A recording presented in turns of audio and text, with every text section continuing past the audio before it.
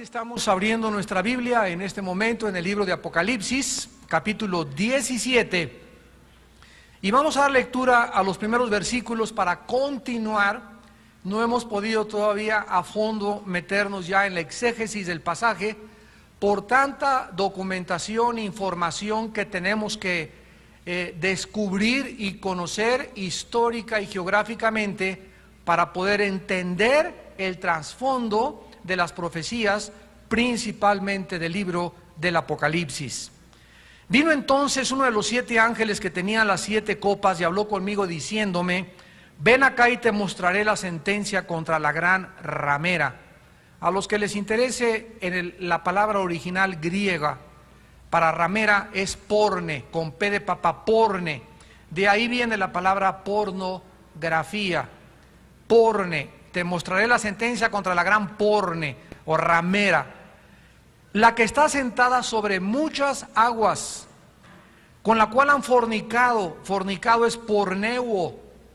Vean, todas las palabras fornicar, ramera, prostitución, tienen la misma raíz etimológica en el griego, con la cual han porneuo, fornicado los reyes de la tierra, y los moradores de la tierra se han embriagado con el vino de su porneia.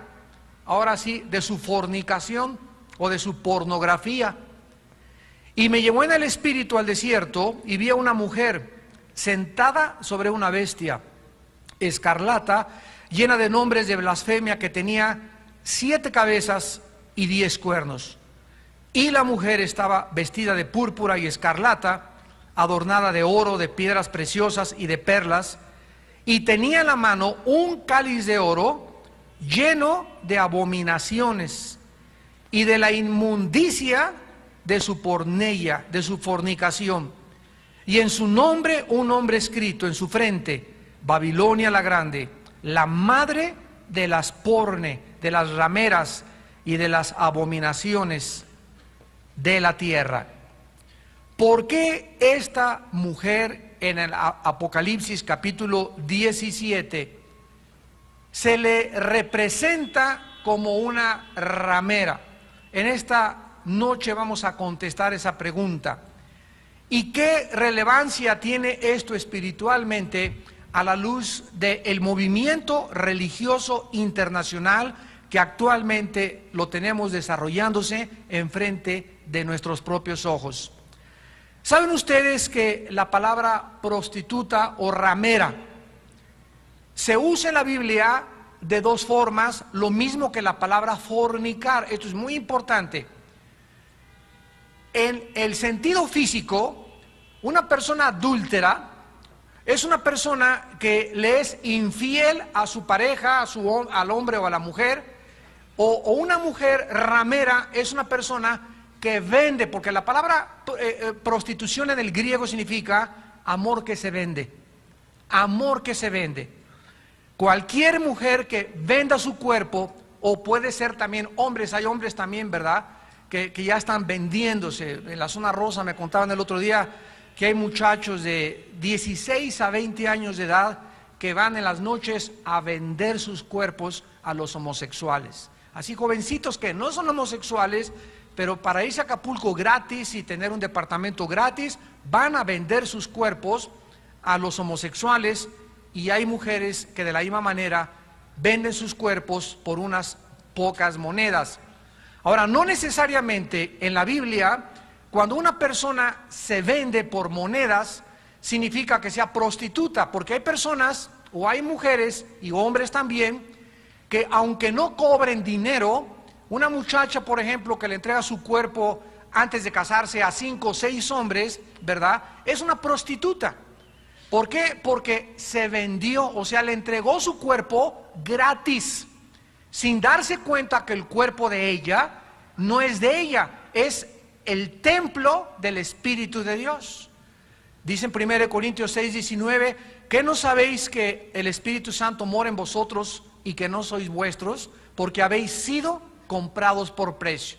Entonces, si el Espíritu Santo entra a mi cuerpo y me dice Dios que ahora Él es el dueño de mi cuerpo, Romanos 12:1, y que presente mi cuerpo en sacrificio vivo, es santo, agradable, que es la manera más racional de vivir, En ese momento yo tengo que entender que ya no puedo, desde que tengo a Jesucristo, hacer lo que yo pueda con mi cuerpo. Ya no puedo tatuarme, ya no puedo hacerme rayas, no puedo cortarme mi cuerpo, no puedo ingerir bebidas embriagantes, no puedo fumar, no puedo hacer cosas, desvelarme, cualquier cosa que atente contra mi salud. No puedo comer en demasía. Cualquier cosa que atente contra mi salud o contra mi cuerpo es pecado a los ojos de Dios.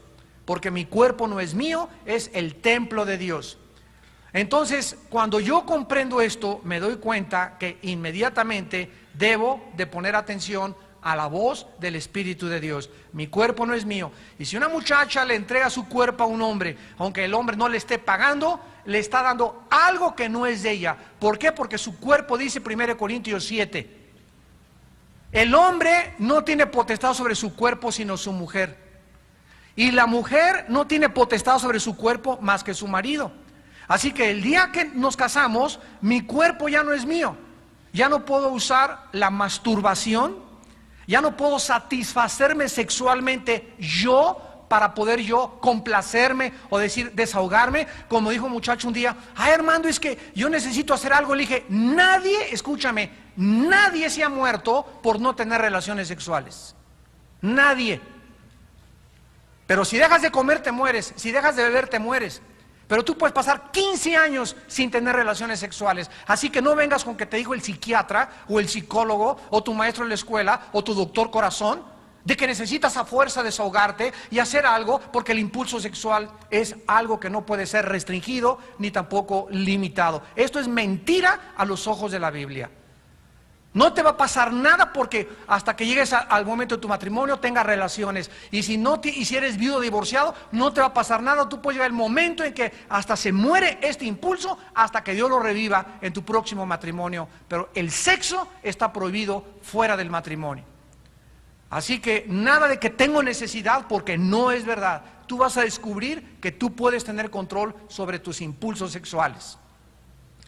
Muy bien, para poder ilustrar la fornicación y el adulterio espiritual, Dios usa entonces el adulterio físico y la fornicación física. Y en la Biblia, por ejemplo, vean ustedes ahí en Santiago capítulo 4, antes de Apocalipsis, está Judas, primera de Juan, y luego está Santiago. Miren lo que dice el apóstol Pedro, antes de Pedro, está Santiago capítulo 4, y dice el versículo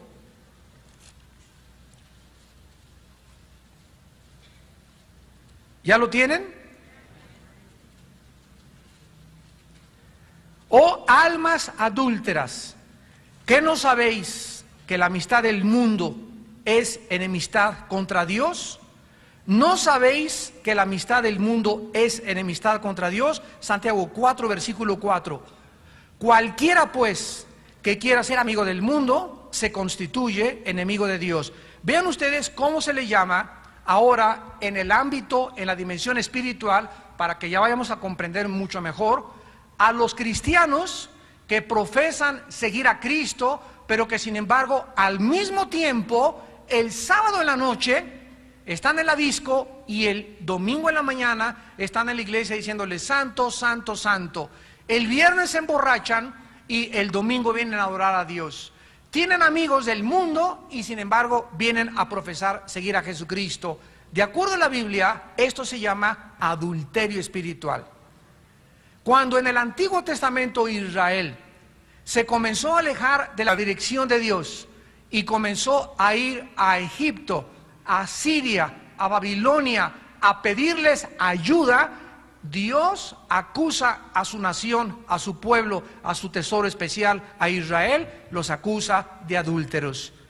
Entonces vamos a ver en Isaías capítulo 1, de qué forma el profeta se dirige a la nación de Israel. Isaías 1, versículo 21. ¿Cómo te has convertido en ramera, oh ciudad fiel? Llena estuvo de justicia, en ella habitó la equidad, pero ahora los homicidas. El profeta Isaías se dirige a la nación de Israel y le llama ramera. O sea, para que ellos entendieran, el pueblo de Dios, que ellos estaban como las prostitutas en el mundo, vendiéndose a otros dioses y al ir tras otros dioses se les acusa de adulterio espiritual. Esto es lo que significa en el lenguaje simbólico de la Biblia la palabra ramera. Veamos otro ejemplo. Después de Isaías sigue Jeremías, capítulo 3, versículo del 6 al 8 y el 9. Jeremías 3, versículo 6. Me dijo Jehová en días del rey Josías: ¿has visto lo que ha hecho la rebelde Israel? Ella se va sobre todo monte alto y debajo de todo árbol frondoso, y allí fornica. ¿Se dan cuenta cómo se está dirigiendo el Espíritu Santo a una nación? ¿Cómo se está dirigiendo a ella? Como si fuera una prostituta, como si fuera una ramera. Versículos del 6 al 8. Me dijo Jehová en los días de Israel: mira cómo se va detrás de todo monte, de todo árbol frondoso, y allí fornica. Versículo 8 y 9. Ella vio que por haber fornicado la rebelde Israel, yo la había despedido y dado carta de repudio. O sea, Dios se divorció de su nación, de su pueblo en el Antiguo Testamento. Dios le dio a esa nación con la que él se había casado, le dio carta de divorcio, porque en la Biblia la única causal para el divorcio es el adulterio. Y en 1 Corintios 7, el abandono de hogar. O sea que si tu esposa se va 6 meses o tu marido se va 6 meses y no regresa, inmediatamente tú tienes la obligación moral delante del gobierno civil y delante de la Biblia, delante de Dios, de ir a levantar un acta de abandono de hogar de tu esposo o de tu esposa inmediatamente. ¿Para qué? Para proteger tus intereses, para que te dé la pensión, para tus hijos, para cuidarte, y él puede meter una demanda, tú puedes meter una demanda, pero es la única causal. Que tu marido te pega, sepárate físicamente, temporalmente de él, pero no te puedes divorciar. La única razón por la cual en la Biblia se permite el divorcio es a través del adulterio, o lo mismo, ¿verdad? Si tu marido es homosexual, te puedes divorciar de él, o descubres que tu esposa es lesbiana, también te puedes divorciar de ella. Pero bajo ningún otro causal Dios permite dar carta de repudio o de divorcio. Esto es muy importante, y también es importante consultarlo con tu pastor. Ahora dice aquí en el versículo 9: y sucedió, Jeremías 3:9, que por juzgar ella cosa liviana su fornicación, la tierra fue contaminada, y adulteró con la piedra y con el leño. ¿Cómo le llama Dios a la idolatría en el Antiguo Testamento? Fornicación, adulterio. Le llama ramera. La idolatría es dejar al Dios vivo y verdadero e irse tras otros dioses. Es exactamente lo mismo con un matrimonio. Hagan de cuenta que tú estás con tu esposa y le dices: ¿me dejas ir a dar la vuelta a Garibaldi a las 12 de la noche el sábado? Oye, esposa, ¿y ya que vas? Pues voy a ver a quién me encuentro. Y con cada mujer que pasa, tú vas en la calle y te le quedas mirando a otra mujer, o te le quedas mirando a otro hombre. Eso a los ojos de Dios es abominable. ¿Por qué? Porque Jesús dijo: oísteis que fue dicho, no adulterarás. Mas yo les digo que cualquiera que mira a una mujer para codiciarla, para desear ese hombre, para desear esa mujer, quisiera que esa mujer fuera mía, o comienzas a pensar en tu mente que te puedes acostar con ella o acostar con ese hombre, Dios ve esa intención y a los ojos de Dios es adulterio. Entonces tenemos que entender que el hombre mira lo de afuera, pero Dios ve el corazón. Entonces en el Antiguo Testamento la idolatría, así Dios se siente. Si nosotros somos su pueblo y nos casamos con él y nos vamos tras otros dioses, o vamos a servir al mundo, o nos vamos a los ídolos, Dios nos llama adúlteros. Una mujer entonces se convierte en adúltera cuando casada tiene relaciones sexuales con otro hombre. Esto se llama prostituirse. Y en el sentido espiritual, ya lo vimos, este término también se usa para las personas que profesan amar a Dios y se vuelven a otros dioses o ídolos paganos del mundo. La gran prostituta en el libro de Apocalipsis, la ramera, representa, apúntalo, a la religión apóstata, a la religión unida al mundo, los sistemas religiosos del mundo. La persona que prometió seguir a Cristo, pero ha cometido adulterio con el mundo. Esto es lo que la ramera en el Apocalipsis representa. Esta ramera, este conjunto de religiones apóstatas, de aquellos que no es cierto que le son fieles a Cristo, eso es lo que representa la infidelidad. ¿Qué representa la prostitución? La hipocresía. Ay, te amo y andas con otra, te amo y andas con otro. Representa el sistema del mundo religioso en contra de la verdadera esposa de Jesucristo. Vean ustedes en Mateo capítulo 23 las palabras con las cuales Jesucristo se dirigió a los religiosos. Y en estas palabras, que las examinemos profundamente y de una forma breve, podremos distinguir claramente qué diferencia tan grande hay entre ser religioso y ser cristiano. Es un mundo de diferencia. Mateo 23, versículos del 2 al 3. Dice Cristo: en la cátedra de Moisés se sientan. La palabra cátedra es silla en el griego. En la silla de Moisés se sientan los escribas y los fariseos. Con esto Cristo quiere decir que los fariseos de su tiempo se sentaban en la silla donde Moisés se hubiera sentado a juzgar, y ellos representaban a la religión judía y representaban a los mandamientos de Moisés, y ellos eran principalmente los que violaban lo que tenían que enseñar. Así que dice Cristo en el versículo 3: todo lo que os digan que guardéis, guardadlo y hacedlo, mas no hagáis conforme a sus obras, porque dicen y no hacen. ¿Cuándo te conviertes en una persona religiosa? Cuando dices que eres algo y en la praxis, en la práctica, no vives lo que tú dices que eres. Y en ese momento, cuando nosotros decimos que somos algo y no estamos haciendo lo que estamos hablando, en ese momento algo sucede misterioso en el mundo del espíritu, y se le llama la desintegración de la personalidad. Los psicólogos han calificado a las personas esquizofrénicas, que significa mente dividida, esquizofrenos en el griego, como personas que tienen doble o triple o cuarta personalidad. Le llaman problemas múltiples de la personalidad. Han descubierto que hay personas que tienen una actitud en su casa, llegan a su trabajo y son otra persona, llegan a la iglesia y tienen cara de San Martín de Porres, llegan al trabajo y tienen cara de capataces, llegan a su casa y son unos dictadores, son como reyes que creen que todo que servir. Mis chanclas, préndeme la televisión, mi té, no le preocupa cómo estuvo la esposa, qué problema tienen los hijos, ¿verdad? Tienen 3 o 4 personalidades. Van de viaje y tienen otra personalidad, con la policía tienen otra personalidad. Y estas personas que tienen tantas máscaras y dan una apariencia diferente según con el movimiento, con el grupo de gentes con el que se encuentren, los califican como problemas mentales de muchas personalidades. Pero la Biblia le llama en Santiago 1 hombres de doble ánimo. Y esta palabra ánimo en el griego es alma. O sea, antes de Freud, 2000 años antes de Sigmund Freud, la Biblia ya calificaba a las personas que dicen y no hacen como personas que tienen una doble personalidad. Ahora, ¿por qué te comienzas a desintegrar? Porque comenzamos a vivir algo de lo cual no estamos convencidos. Comenzamos a vivir algo de lo cual no estamos convencidos.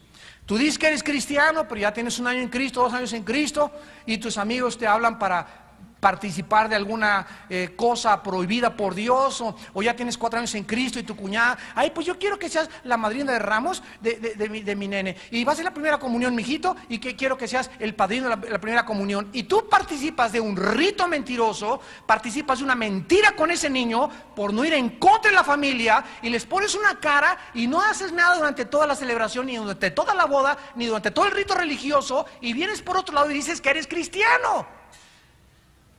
Y Dios te está viendo y te pregunta: ¿por qué te vendiste a tu familia? ¿Qué amas más, la gloria que viene de tu familia que la gloria que yo te doy?, dice el Señor. Y así eran los fariseos, amaban más la gloria que viene del mundo que la gloria que proviene de Dios. Y cuando nosotros aceptamos participar de las cosas del mundo para darle ocasión al mundo de agradar al mundo, nos estamos prostituyendo, nos estamos vendiendo, estamos comprometiendo nuestras convicciones. Y nuestras convicciones son puestas a prueba por Dios continuamente a través de las pruebas diversas que atravesamos en la vida. Dice en Mateo 23, versículos del 5 al 7: antes hacen todas sus obras para ser vistos por los hombres, pues ensanchan sus filacterías y extienden los flecos de sus mantos, aman los primeros asientos en las cenas y las primeras sillas en las sinagogas y las salutaciones en las plazas, y que los hombres los llamen rabí, rabí. Si en tu corazón existe el deseo de reconocimiento, si te encanta salir en la foto y quieres salir en cualquier reunión que llegues, quieres ser el centro de la atracción de todos, aquí estoy, aquí estoy, aquí estoy. Y cualquier reunión que haya, ¿verdad?, en un estadio, cualquier cosa, quieres treparte ahí arriba, donde todos son vistos y donde todos están, en lugar de que alguien te diga, siéntate hasta atrás y te digan, pásale aquí adelante. Hay personas que aman ya venir y sentarse y ocupar los primeros lugares, porque aman ser vistos por los hombres, aman que la gente les diga, aquí estoy, ya me viste donde estuve el domingo, ya viste que yo estuve en medio de todos en la foto, ya viste que estuve junto con esta persona. Y estas personas son precisamente gobernadas por lo que se llama un espíritu religioso. Y esto era lo que eran precisamente los fariseos. Dice el versículo 13 del mismo capítulo: mas ay de vosotros, escribas y fariseos hipócritas, porque cerráis el reino de los cielos delante de los hombres, pues ni entráis vosotros, ni dejáis entrar a los que están entrando. Estas personas, tú les preguntas a una persona religiosa, oye, de acuerdo a tu religión, ¿cómo se entra al cielo? Bueno, pues mira, mi abuelita me dijo. ¿Y a tu abuelita quién le dijo? Su abuelita. ¿Y a la abuelita, tu abuelita quién le dijo? Entonces, tú nunca le preguntas, nunca has checado tú en la Biblia, ni te has preocupado por convencerte que lo que te transmitieron tus padres, que lo que te transmitieron tus familiares es la verdad, o solamente vives una religión y participas de la religión por costumbre, por tradición, porque forma parte de tu familia. Entonces, estas personas les preguntas, ¿y a tus hijos qué les vas a enseñar? Lo mismo, se llama la fe del carbonero. ¿En qué crees tú? Por lo que cree mi familia. ¿En qué cree tu familia? Por lo que creo yo. Y nos damos cuenta que no existen convicciones, ni entran al cielo, ni dejan entrar a los que quieren entrar verdaderamente al reino de Dios. Dice el versículo 25: ay de vosotros, escribas y fariseos hipócritas, porque limpiáis lo de fuera del vaso y del plato, pero por dentro estáis llenos de robo y de injusticia. Estas personas se continúan siempre preocupando por lo de afuera. Les conté que hace como 2 semanas hubo una persona que nos fue a visitar a la iglesia del sur, y acabó el servicio y un hermano me dijo, oye, pastor, le presento a esta persona, y lo primero que me dijo es, ¿aquí por qué no se hincan? Pero así, ¿aquí por qué no se hincan? Dijo, ¿por qué no? Me dice, ay, qué feo me contesta. Le digo, ay, qué feo preguntas. ¿Y por qué no se ponen un velo las mujeres en esta iglesia? Le dije, mira, tú vienes una actitud. Le dije, mira, en la iglesia que tú perteneces, le dije, me da tristeza porque eres una persona que has de contaminar a todos en tu iglesia. Porque con ese espíritu que tienes de crítica, de murmuración, en lugar de que digas, me disfruté la alabanza, disfruté la predicación, salí bendecido. ¿Y por qué no se hincaron cuando estaban orando? ¿Y por qué no se pusieron velo? ¿Y por qué esto y el otro? ¿Y por qué no todos hablaban en lenguas? En lugar de que vengas con esa actitud, ven y dale gracias a Dios de las cosas con las cuales Dios te bendijo. Pero hay personas que así son, van a las reuniones con el único espíritu de criticar.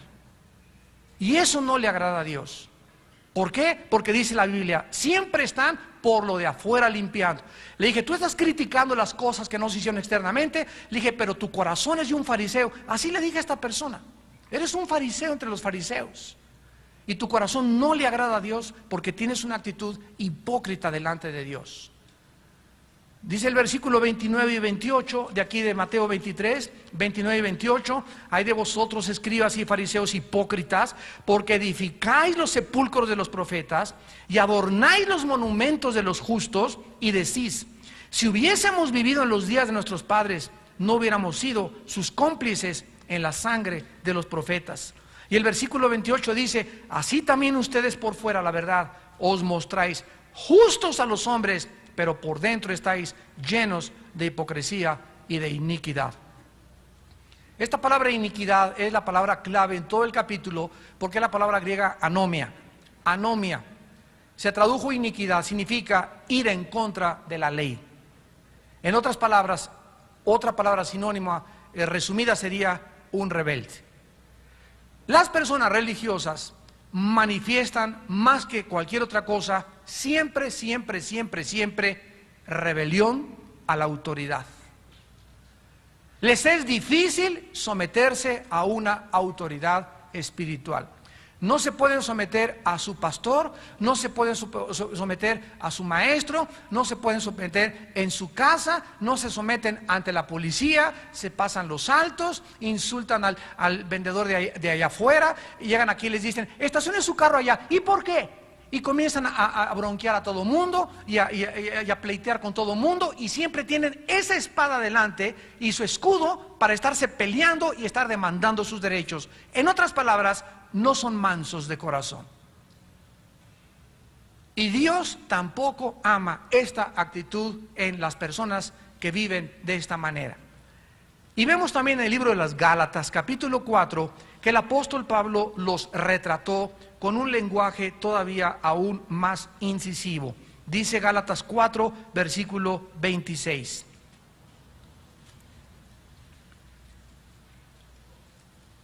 Más que la Jerusalén de arriba, la cual es madre de todos nosotros, es libre, porque está escrito: regocígate, oh estéril tú, tú que no das a luz, prorrumpe en júbilo y clama tú que no tienes dolores de parto, porque más son los hijos de la desolada que la que tiene marido.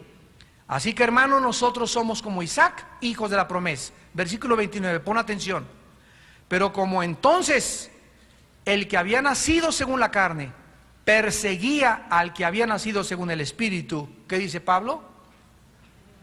Así también ahora, ¿cómo se puede distinguir en una iglesia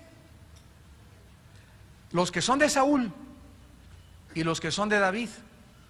Los Saúles siempre perseguirán a los Davides. Los Saúles siempre lanzarán lanzas y flechas y dardos y persecución y murmuración, como hablamos el domingo, y chismes en contra de los espirituales. Los que son de la carne persiguen a los que son del espíritu. Una persona que vive en el espíritu se caracteriza precisamente que está en el espíritu porque no persigue a nadie. Lo maldicen y bendicen. Hablan mal de él y él habla bien de las personas que hablaron mal de él. Bendice en lugar de maldecir y jamás profiere en sus labios engaño, ni tampoco permite que hablen mal de otras personas en su presencia. Entonces es muy fácil distinguir a una persona religiosa. Vuelvo a repetir: ama los primeros asientos, siempre buscan reconocimiento, se amargan si no lo reconocen, si no los aplauden, si no le dan un lugar que les corresponde, siempre se están fijando por lo de afuera, lo de afuera, lo de afuera, lo de afuera, siempre están hablando mal de alguien que no es su amigo, o tienen mucha envidia contra las personas que son espirituales, no les caen bien los que son buenos, critican a los buenos, critican: ay, ¿a poco eres virgen? ¿A poco tú eres como Sor Juana Inés de la Cruz? Ay, te estás perdiendo de todo, chiquita, vente con nosotros, con nuestros novios, vente para que forniquemos, vente para que nos emborrachemos. ¿A poco no vas a esa película? ¿A poco no vas a ir a la boda de tu hermano? ¿A poco vas a quedar con la familia? Siempre estaremos bajo presión filosófica y moral del mundo. Y es bajo esa presión, amado santo que me escuchas, es bajo esa presión donde manifestamos de qué estamos hechos, donde demostramos el carácter que tenemos, donde manifestamos que verdaderamente somos hijos del Rey. Porque Dios nos mandó a nadar en contra de la corriente. En lugar de cristianos deberíamos llamarnos salmones. El salmón es el único pez que nada contra la corriente. Y Dios nos mandó para eso, ir en contra del mundo, ir en contra de la corriente, ir en contra de la opinión popular. ¿Por qué? Porque no es popular ir en contra del mundo. El mundo quiere siempre quedar y agradar a los demás. Y nosotros, si buscamos agradar al hombre, no seríamos siervos de Cristo, dice Gálatas capítulo 1. Y tú tienes que asimilar estas verdades para que comiences a costear el precio el precio que vas a pagar por seguir a Jesucristo. Y si no cargas tu cruz y me sigues, no eres digno de ser mi discípulo, dijo Jesús. Babilonia la Grande, pues, es el sistema mundano de confusión, de ambición hipócrita y de la corrupción eclesiástica, con todos los errores eclesiásticos que se cometen en el nombre de Dios. La ramera representa no solamente un símbolo religioso, sino que en Apocalipsis se le demuestra montada sobre una bestia. Ya vamos a ver después la bestia que representa el último gobierno mundial, que es el anticristo, la bestia, con 7 cabezas, que son los 7 imperios. Más adelante lo vamos a ver, 5 han caído, uno es, el otro es necesario que dure tiempo y el octavo es el anticristo. Y esta bestia tiene además 10 cuernos, que representan la última forma de gobierno mundial de las naciones que surgirán del antiguo imperio romano. Esto lo vamos a ver con más detalle mucho después. Pero es importante, pues, que podamos comprender en esta noche que la prostituta representa a los sistemas, religiones falsos del mundo. O sea, en otras palabras, la Biblia profetiza que todas las religiones del mundo, escúchame, se van a juntar en un movimiento que se comenzó a conformar desde los 40 del siglo XX, que se llama el movimiento ecuménico. Ahora ya le cambiaron el nombre porque bajo el ecumenismo ya se ventanearon y ahora se llama el movimiento interreligioso. Se oye más bonito y se oye más unitario, y toman como base Juan 17:21 para que todos seamos uno como tú y el Padre somos unos. Un momentito, yo no puedo ser uno contigo si la verdad que tienes no es la verdad que yo sigo en la palabra de Dios, porque lo que nos hace unidos, lo que me unifica contigo, lo que me hace caminar junto contigo en el mismo camino, es que caminamos el mismo camino y creemos lo mismo que cree la palabra de Dios. Pero si tu evangelio que tú predicas, y si la forma como tú me estás diciendo para llegar al cielo es a través de las obras, es otro evangelio, y el que predica otro evangelio, anatema sea. Gálatas 1:6-8. No es fácil ser cristiano, ¿verdad? Dice en mi tierra, ¡ah, chirrión! ¡Ah, Chihuahua, cuánto apache!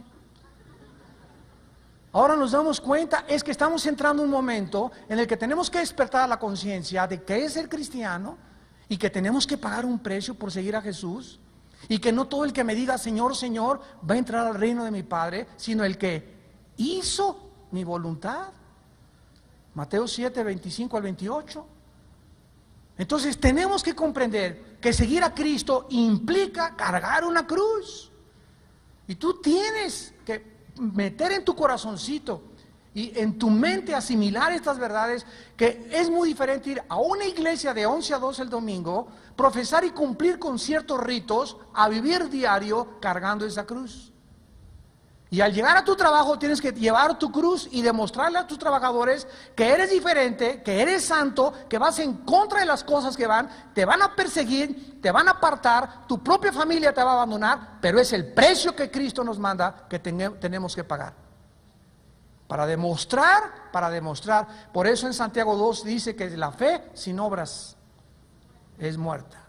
O sea, las obras no son el medio para la salvación, es la fe. Pero una fe que no tiene obras no puede ser una fe verdadera, porque la forma en que se demuestra la fe visiblemente es a través de las obras. Y si yo no manifiesto con mis obras, con mis convicciones, que sí voy en contra del mundo, ahora, ¿qué es lo que me da valor para ir en contra del mundo y demostrar que voy en contra del mundo? El Espíritu de Dios que está dentro de mí. No es un espíritu de cobardía, es un espíritu de poder, amor y dominio propio.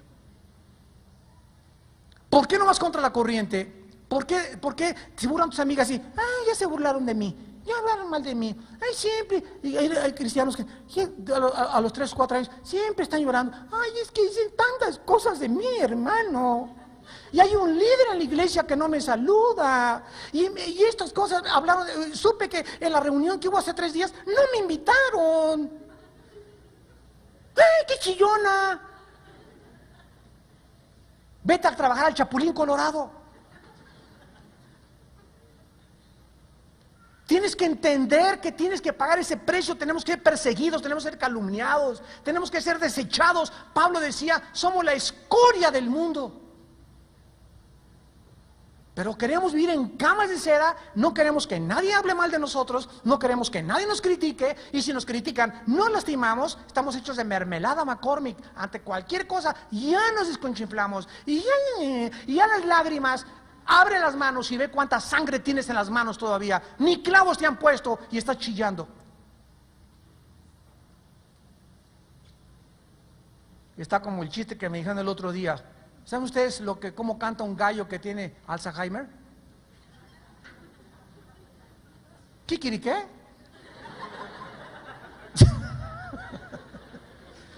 Ay, Padre Santo, ten misericordia. Hasta ahorita lo agarraron, ¿verdad? Hechos capítulo 20. En Hechos 20, Pablo, ¿qué? ¿Qué dijo?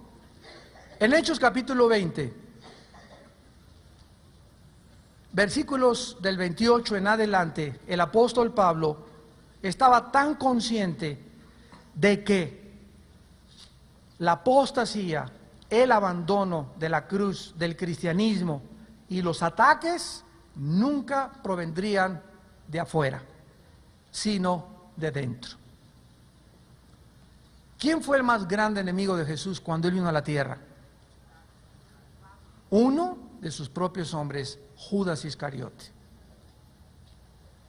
Y si dentro del núcleo de Jesús no hubiera estado este hombre perverso, los de afuera, que de afuera me refiero porque se supone que eran los de adentro, o sea, los religiosos, no los romanos ni los celotes, sino los religiosos del tiempo de Jesús, buscaron a alguien dentro del núcleo de Jesús como un puente para meterse dentro del núcleo de Jesús y dizque ellos a través de eso poder entregarlo y culparlo de sedición y condenarlo a muerte. Pero ahí estaba el más cercano de las personas a Jesús, como dicen los salmos, el hombre a quien yo le estreché mi mano y le di de comer, me traicionó. Entonces, la Biblia nos muestra que es dentro de nosotros. Recuérdalo toda tu vida recuérdalo.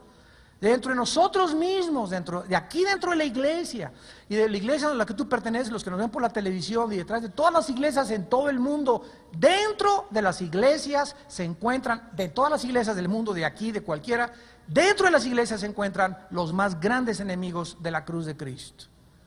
La pregunta es, ¿qué están haciendo dentro de la iglesia entonces si son tan enemigos y si tan gordos les caen los cristianos? No lo explica Pablo en Hechos 20, versículo 28 al 32.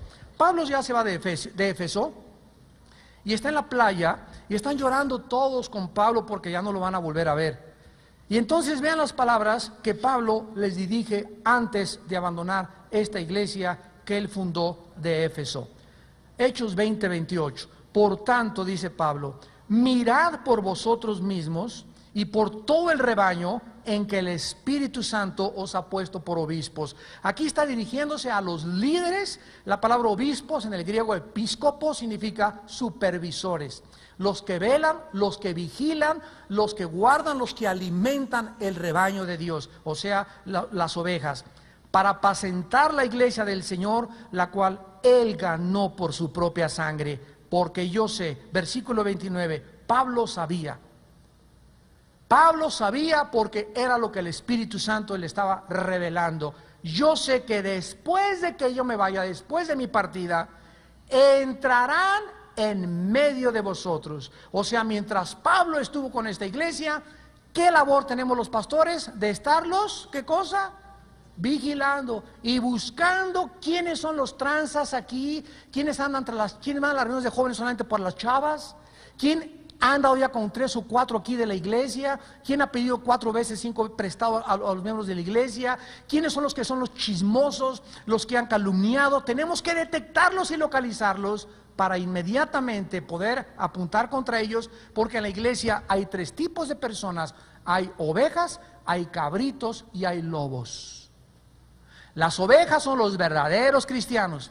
Los cabritos son los cristianos tercos, carnales, pero son hijos de Dios. Y hay los lobos, los que no son cristianos y están en medio de nosotros, y los lobos vienen a la iglesia, ¿a qué cosa? A comerse, a arrastrar, a destruir, a matar y a robar a las ovejas. ¿Y quiénes son los responsables? Los pastores. Y por eso no les extrañe cuando sepan, y ya en la iglesia corrieron a esta familia, y corrieron, y no les extrañe estas expresiones: ¡ay, no tuvieron misericordia! Fue falta de amor que hayan corrido a fulano de tal, y no saben la razón para que lleguemos nosotros a una decisión de expulsar a una persona y de sacarla de la comunión de la iglesia, es porque esa persona rebasó todos los límites y todos los linderos, y ha llegado un momento en que esa persona es un peligro latente para las demás ovejas. Entonces es preferible sacar el jitomate podrido de la canasta a que se pudran todos los jitomates. Por amor a los que se quedan, es al contrario, es por lo que expulsamos muchas veces a muchas personas de las iglesias. Yo tengo 28 años predicando la palabra de Dios en el ministerio, y cada vez veo menos y menos iglesias de disciplina. Yo me encuentro con pastores y les pregunto: ¿hace cuánto que no expulsas a alguien de tu iglesia? Me dicen: hace 10 años. Le digo: son puros querubines en tu iglesia entonces. Son puros querubines. Otros no les dice nada porque les preocupan más los diezmos. Pues si saco al doctor Richelieu, el que nos puso el techo de la iglesia, o el que nos regaló esto, por aquí, por allá, y en el momento en que un pastor, escúcheme también por la televisión, cuando un pastor comienza a juzgar y a tratar de detener la disciplina que Dios le manda, y sabe que el doctor Richelieu anda en adulterio y lo sigue dejando en la iglesia, y anda con 2 señoras de la iglesia y no se le disciplina, ese pastor ha prostituido su llamado. Te has vendido por 30 miserables monedas de plata, por un plato miserable de lentejas. Eres Esaú y nieto de Esaú. No podemos nosotros hacer acepción de personas, porque dejaríamos de ser siervos de Cristo. Y cuando nosotros nos manejamos con esa política, repito, hemos vendido el ministerio. Dice la Biblia: porque yo sé que en mi partida, versículo 29, entrarán lobos rapaces. Así los califica Pablo, rapaces, y dice que no perdonarán el rebaño.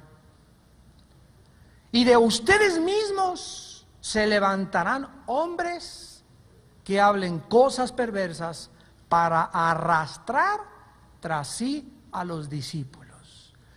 Ahora ya lo entendemos. ¿Por qué se mete esta gente a la iglesia? Se meten para, en primer lugar, sembrar dudas y semillas en contra de los líderes. Número 1. 2, para después de un tiempo sacarlos y arrastrarlos y llevárselos con ellos. ¿Y a dónde se los llevan? Solamente Dios lo sabe, y el tiempo lo dirá. A su propia destrucción. Ni entran ni dejan entrar a los demás. Yo les he dicho tantas veces: si a la iglesia a la que tú vas no estás de acuerdo en la doctrina que se predica en la iglesia en la que tú vas, tú no puedes en la iglesia a la que tú vas, no importa a qué iglesia vayas, estar: el pastor, ¿ya viste lo que dijo? Y yo no estoy de acuerdo en eso. ¿Cuál es tu deber? Venir con el pastor: oiga, hermano, usted dijo esto, ¿verdad? Digo, no tiene mucha relevancia, pero cuando son cosas verdaderamente esenciales, la doctrina del Señor, puedes venir con él, pero no hacer tu ronchita y en tu casa con 3 o 4 familias, y verdad que dijo esto, y no estamos de acuerdo con esto, vayan y tengan el valor de decírselo a su pastor. No estamos de acuerdo con esto, explíquenos, estamos mal nosotros. Pero cuando comienzas a y a murmurar por acá atrás, comienzas a causar y a sembrar divisiones en muchas personas, en lugar de que querías decir: ¿sabes una cosa? No estoy de acuerdo con esa doctrina, me voy a otra iglesia. Pero si no estás de acuerdo, no te quedes y causes divisiones. Ay, hermano, es que a la iglesia que voy, hablo de lenguas, no te gusta, habla con el pastor, y si siguen haciéndolo y no estás de acuerdo, vete a la iglesia. Pero si te quedas en esa iglesia, acepta la doctrina que se te enseña. Porque no es honesto, es ser hipócrita, y comienzas a convertirte en un lobo sin que tú te des cuenta. Cuídense de personas que se acerquen a aconsejarles eso. Dile antes de eso: ¿ya hablaste con el pastor? ¿Ya le mostraste tu desacuerdo? ya le dijiste que no estás de acuerdo en tal y tal cosa, ten el valor de hacerlo, o con tu líder espiritual. ¿Por qué? Porque te puedes convertir en un lobo. Y finalmente, en segunda de Pedro capítulo 2, nos damos cuenta, hermanos santos de Dios, que la Biblia no solamente es miel, ¿verdad? Hay duras cosas que tenemos que escuchar y las tenemos que decir. Y ya repito, por eso Jesús fue crucificado. ¿Se imaginan al Hijo de Dios? Hipócritas, fariseos, serpientes, anacondas, nauyacas. El Hijo de Dios, ¿se imaginan? Y dice la Biblia que Él nunca pecó. Cristo tuvo necesidad de hablar fuerte. Porque hay necesidades, hay ocasiones en que se tiene que hablar fuerte. Y se tiene que poner sobre los puntos las íes. Y se tiene que delinear claramente y saber exactamente qué cosa es la iglesia, cuál es la disciplina de la iglesia, cuál es la responsabilidad de ustedes, cuál es la responsabilidad de nosotros y qué tenemos nosotros que hacer para poder ser bendecidos por Dios. Y tenemos que predicar todo el consejo de la palabra de Dios. Y cuando Cristo decía, mis nenes, misericordiosos, Dios es amor, lo comenzaron a seguir. Pero cuando se paró y les comenzó a decir, hipócritas, fariseos, serpientes, anacondas, cobras, escorpiones, etcétera, etcétera, Juan 6, le comenzaron a dejar de decir, porque la gente quiere solamente que la acaricien. Ay, mi chilín, venga para acá, pobrecita viejita, me voy a traer una cobra allá adentro enrollada. En 2 de Pedro 2, o sea, confundimos la verdad con el sentimentalismo. En 2 de Pedro 2, todo el capítulo 2 de la segunda carta de Pedro, nos describe a los falsos profetas. Y nos describe a los falsos maestros. Versículo 1, hubo falsos profetas entre el pueblo como habrá, es una profecía, habrá entre ustedes pseudo didascalos, que se tradujo falsos maestros. Y miren lo que dice, que introducirán encubiertamente. ¿Cómo se siembra dentro de la iglesia la división? Debajo del tapete, debajo del agua, a escondidas, como lo hizo Judas. Encubiertamente se meten y se comienzan a sembrar ideas, semillas en las ovejas, y nosotros, los líderes, tenemos que estar al tanto de esas cosas para poder descubrir a los lobos. Y estas personas, dice la Biblia, no son salvados. ¿Cómo lo sabemos? Versículo 22, porque les ha acontecido lo del verdadero proverbio: el perro vuelve a su vómito y la puerca lavada a revolcarse en el cielo. ¿Por qué un perro, cuando echa la comida, se la vuelve a tragar? ¿Por qué? Porque es perro. Si fuera canguro, si fuera hipopótamo, si fuera caballo, no haría eso. Pero la naturaleza perruna, o canina, ¿verdad? Es lo que lo lleva a hacer. ¿Por qué el puerco lo lavas y le pones champú y le pones perfumito y lo sacas? Venga, mi puerquito, mi porquipí, y regresa otra vez al lodo. ¿Por qué es puerco? Porque es su naturaleza. Aman el lodo, aman el vómito. ¿Qué se necesita para que el perro ya no vuelva a comerse lo que echó? ¿Qué se necesita para que el puerco ya no regrese otra vez al lodo? Se necesita cambiar su naturaleza, que deje de ser perro y que deje de ser puerco. ¿Qué se necesita para que un hombre deje de pecar? Cambiar su naturaleza. Aquí demuestra que estos hombres no eran salvos, o sea, nunca cambiaron su naturaleza por la naturaleza divina de Dios. Y cuando recibimos una naturaleza nueva, que es la naturaleza divina de Dios, nos damos cuenta que ya, aunque volvemos de vez en cuando, y aunque de vez en cuando caemos en el lodo, ya no vivimos en el lodo, ni vivimos comiéndonos lo que nos lo que vomitamos, sino que comenzamos a darnos cuenta que eso ya no puedo yo volver a tragarme otra cosa, ni eso volver a hacer estas cosas, ni volver a fumar, ni volver a tomar, ni volver a emborracharme, y revolcarme en el cielo. ¿Por qué? Porque ya no lo siento, tengo naturaleza, y esta naturaleza es santa. Esta naturaleza ama la santidad, esta naturaleza ama la paz, ama a Dios, y cuando lo hago y cago en el lodo, y cuando me trago algo y lo vuelvo a echar, me doy cuenta que ofendo a Dios, me siento mal, me siento culpable, y es un síntoma de que soy hijo y soy hija de Dios. Es interesante que nosotros podamos entender claramente, pues, que estos símbolos en la Biblia representan dos cosas: la gran ramera, el sistema religioso apóstata, y el poder político que representa la bestia. Nos damos cuenta que esta bestia y esta ramera, el poder político y el poder religioso, siempre desde Nimrod, Génesis 10, irán de la mano, como lo dijimos en la última conferencia. Vuelvo a repetir, el sistema religioso, el poder religioso del mundo, es increíble la influencia que tiene, como lo podemos ver en el Medio Oriente. El Medio Oriente todo es religión. Los ataques suicidas, los terroristas suicidas. Ahora el desayuno de octubre se va a llamar el terrorismo mundial. Y por cierto les anuncio, nos dieron la buena noticia que va a ir Televisa a filmarlo. El 20 de octubre es, ¿verdad? 20 de octubre en el Mar Isabel Sheraton va a ir Televisa a filmar la conferencia Terrorismo Mundial. Consigan sus boletos ya desde ahora. Y vemos el poder religioso y el poder político siempre en la mano. ¿Por qué? Porque el poder político, ¿qué es? El poder que quiere controlar, dominar, enseñorearse de la gente. Dijo Cristo, los políticos, los presidentes, los gobernantes se enseñorean de las naciones y las oprimen. Entre ustedes no debe ser así. O sea que es inherente la corrupción a la política. Es algo natural que la política esté unida, ¿verdad?, a la corrupción. Son excepciones, garbanzos de libra, los políticos que no son corruptos o no se corrompen. Porque el ser humano, al llegar a controlar y darse cuenta que está enfrente de mucha gente y que tiene el poder absoluto, eso enferma y trastorna. Es como un cáncer para el ser humano, porque no fuimos creados para el poder ni para el aplauso, fuimos creados para darle la gloria a Dios. Esto es por lo cual la Biblia termina en Apocalipsis 17 con estos dos poderes, uno arriba del otro: la mujer, el sistema religioso, montado sobre la bestia, el poder político. ¿Por qué? Porque el poder religioso domina el poder político al principio, y lo vamos a ver con la historia de todos los imperios, las otras clases.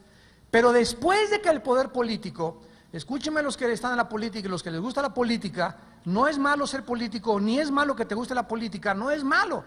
Lo malo es que entres a la política sin Cristo, porque el sistema te absorbe y te corrompe.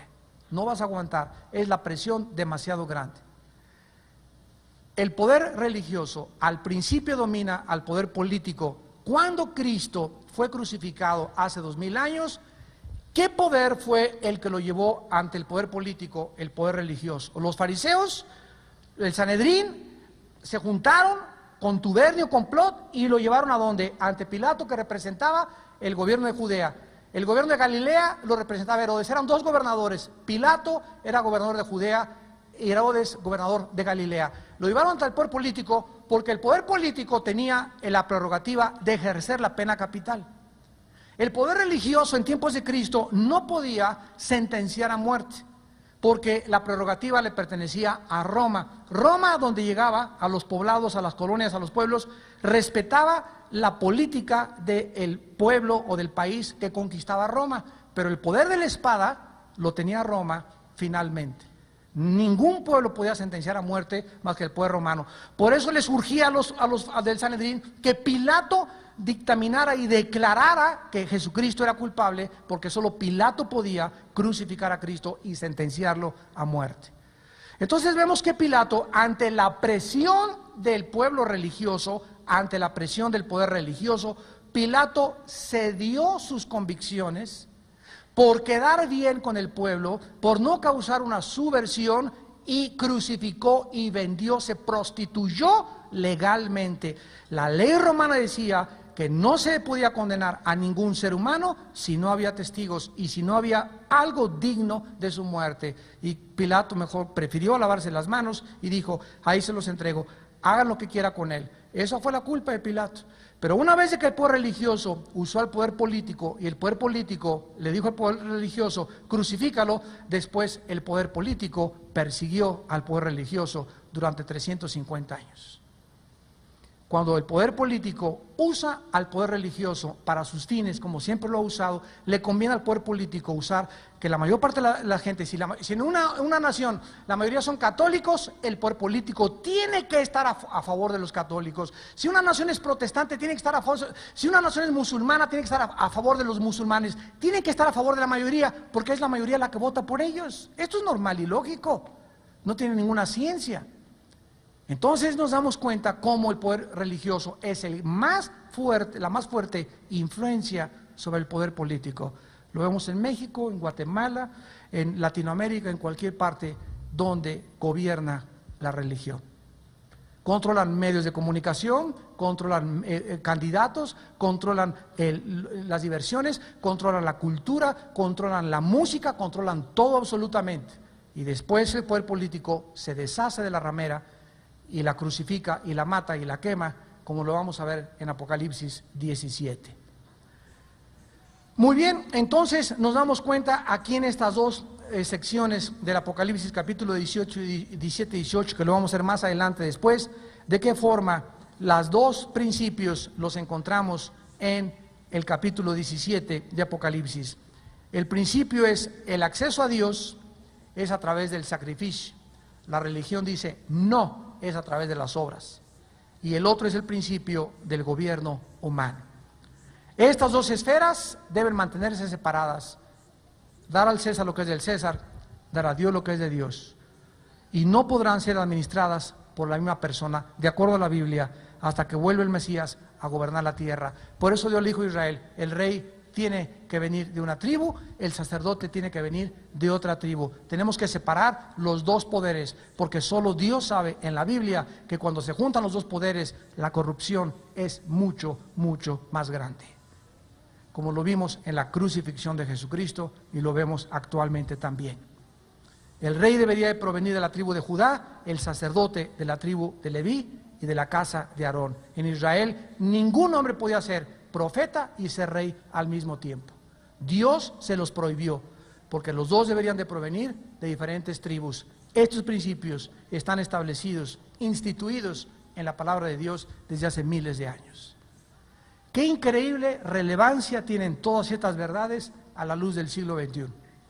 A la luz de lo que estamos viendo en Europa, la Unión Europea, en Estados Unidos, la guerra del Medio Oriente, los problemas religiosos mezclados con la política de México, de Guatemala, de Latinoamérica, de qué forma tan grande se llevó por 500 años la muerte de miles de personas, de qué forma tan tremenda durante 500 años el Vaticano, el que no pudiera someterse al Papa, le cortaban la cabeza. 500 años.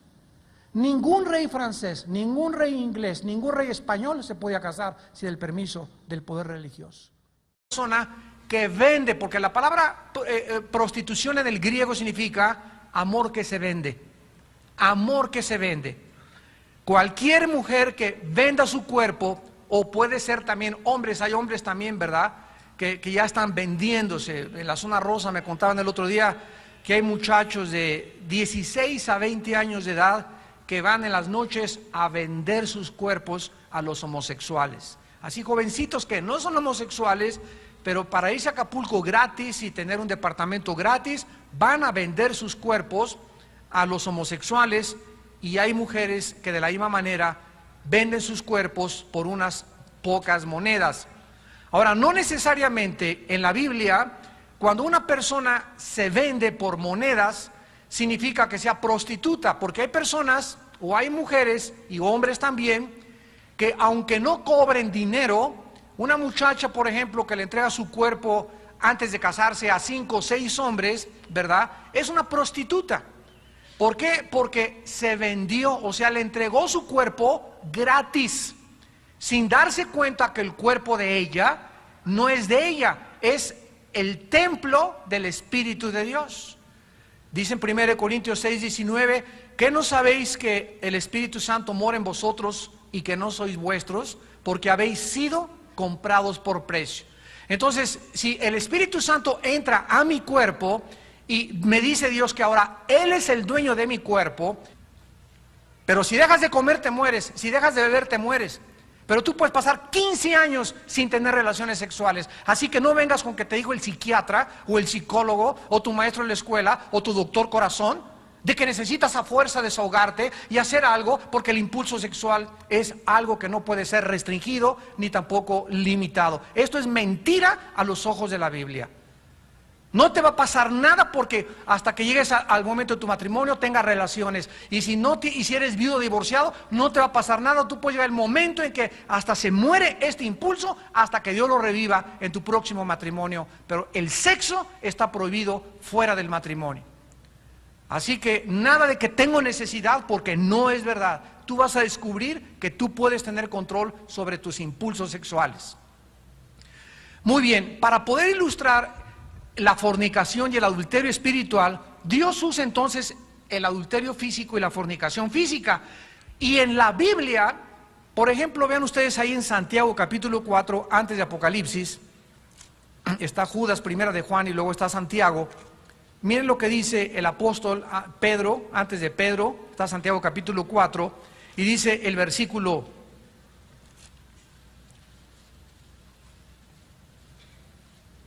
'¿Ya lo tienen? Oh almas adúlteras, ¿qué no sabéis que la amistad del mundo es enemistad escarlata, llena de nombres de blasfemia, que tenía 7 cabezas y 10 cuernos?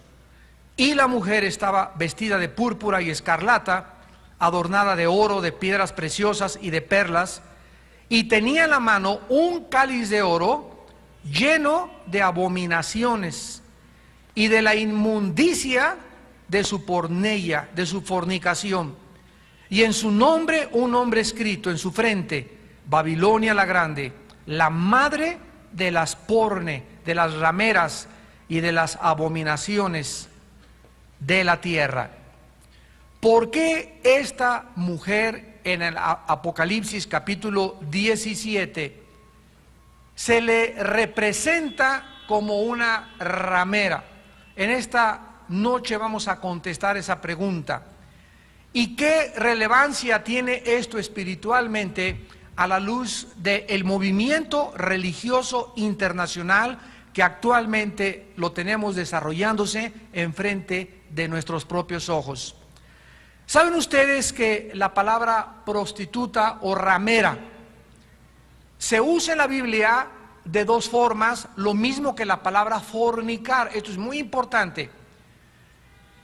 En el sentido físico, una persona adúltera es una persona que le es infiel a su pareja, al hombre o a la mujer, o una mujer ramera es una persona, Romanos 12:1, y que presente mi cuerpo en sacrificio vivo, es santo, agradable, que es la manera más racional de vivir.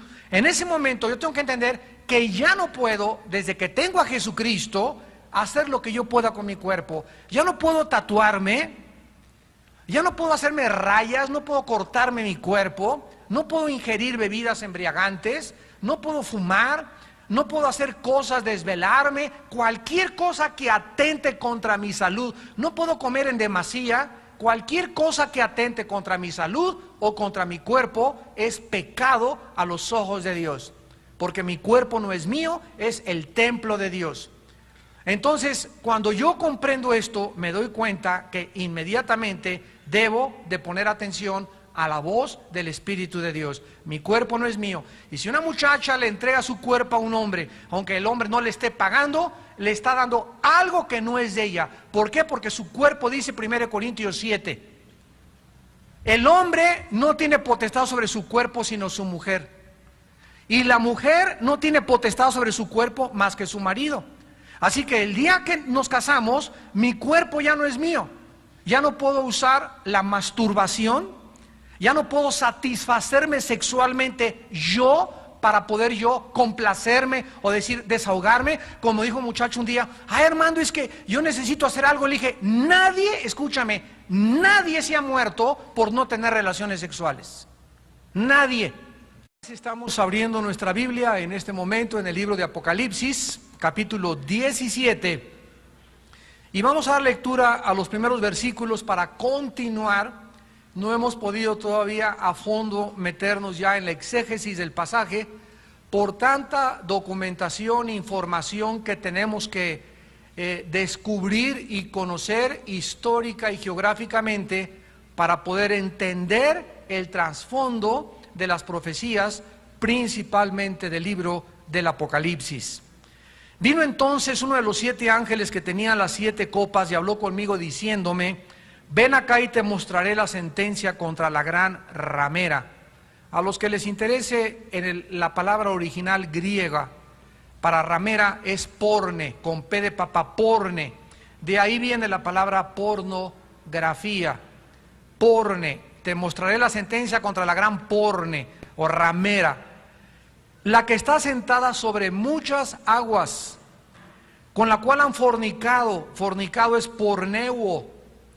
Vean, todas las palabras fornicar, ramera, prostitución, tienen la misma raíz etimológica en el griego, con la cual han porneuo, fornicado los reyes de la tierra, y los moradores de la tierra se han embriagado con el vino de su porneia, ahora sí, de su fornicación o de su pornografía.